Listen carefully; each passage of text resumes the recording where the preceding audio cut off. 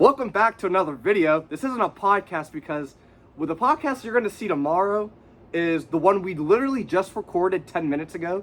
We get back to our dorm. What happens? I go to use the bathroom, and the most.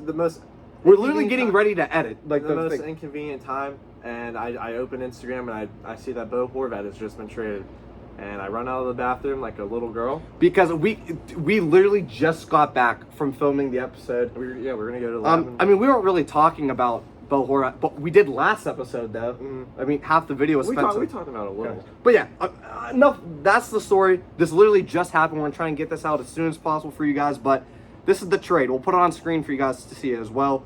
Islanders get Bo Horvat, and in return, Anthony Beauvillier, Aatu Räty, and a 2023 first-round pick that's top 12 protected.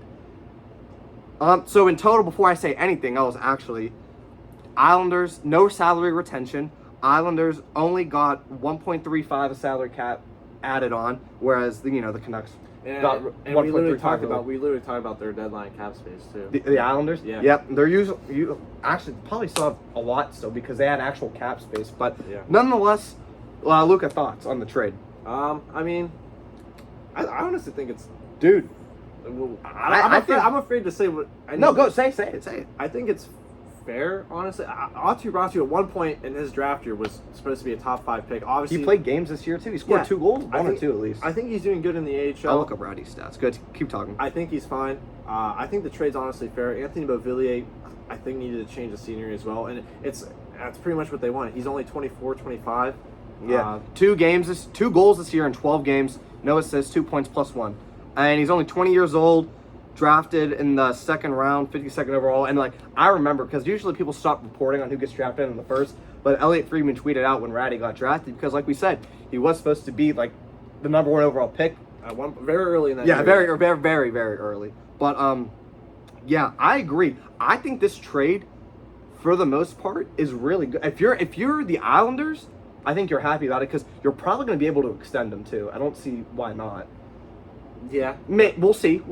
But as for the Canucks, I mean, you got your first round pick. There's still no guarantee the Islanders make the playoffs. They're behind. They're chasing the Capitals, Penguins, and Sabres still, and all 3 of those teams have games in hand on the Islanders as of right now that we're shooting this. So it's still not a lock that you make it. Obviously, your team got a lot better. First round pick. We're talking about already. Let's talk about Anthony Beauvillier though. Me, being the Penguin fan, I'm tired of Beauvillier scoring those playoff goals and acting like he won the Stanley Cup. I get it. I cannot stand him, but obviously he hasn't been that good.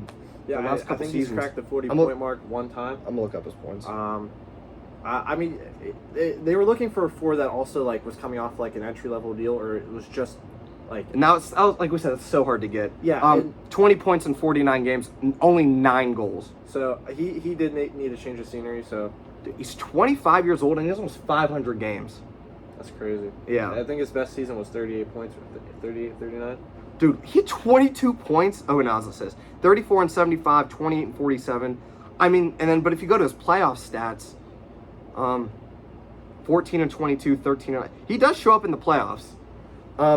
Definitely, he's 25, so he's not the youngest, not the oldest. You could definitely, if you envision him in your top 6 in the future, definitely can have that. But, I mean, Beauvillier, if he turns out well, I mean, definitely not bad, I guess. Yeah, I think he's only under contract for 1 more season after this, too. I thought it was 2. It's no more than 2. It's something short. Yeah. But all in all, I think maybe if you're the Canucks and you we just looked at Beauvillier's stats, and since it's different conferences, you might not know much about him.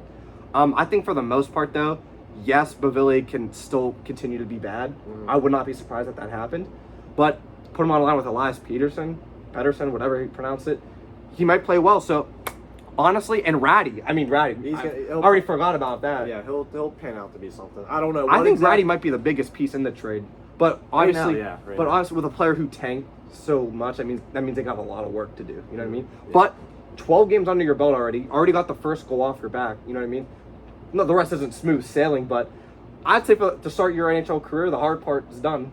Play a game and score a goal. I agree. 2 of the hardest things. I think the trade was fair for both sides. You can't really complain if you're a fan of either. I wonder if obviously not because that's the final trade. Because there's also conditions if this player re-signs, you get more. But I don't think that's I don't think they're if that was in there, I'd say the Canucks won.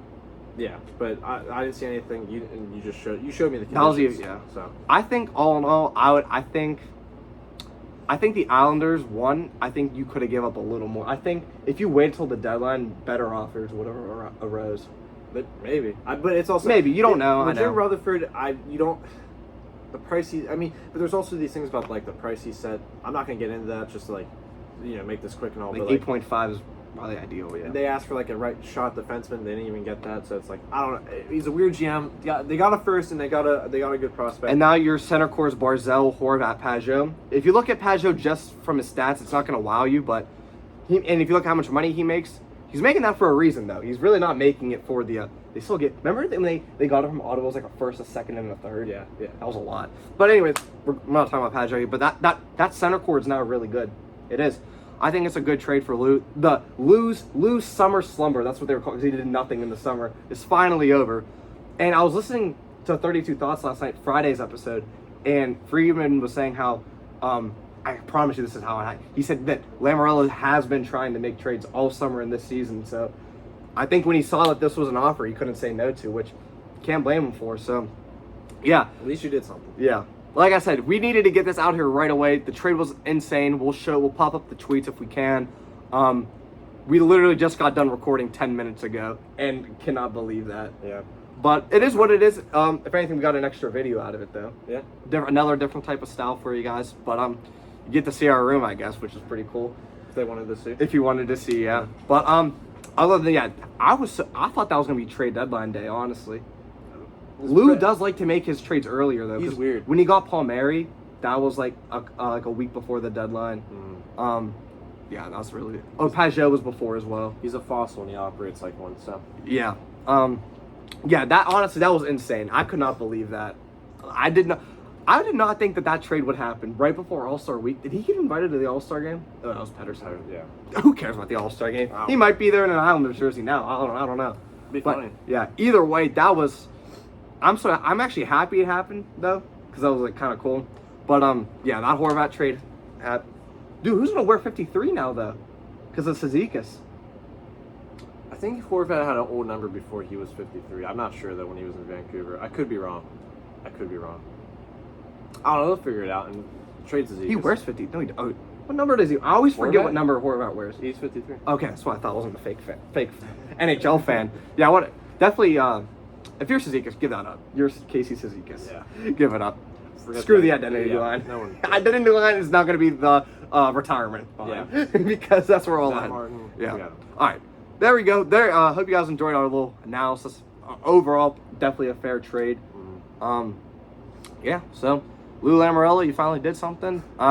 Thanks for watching the Stick 'Em Up podcast, I guess. But see you tomorrow's episode. If you're seeing this today, the 30th. We got an episode out coming out tomorrow, so be on the lookout for that. And see you guys. See ya.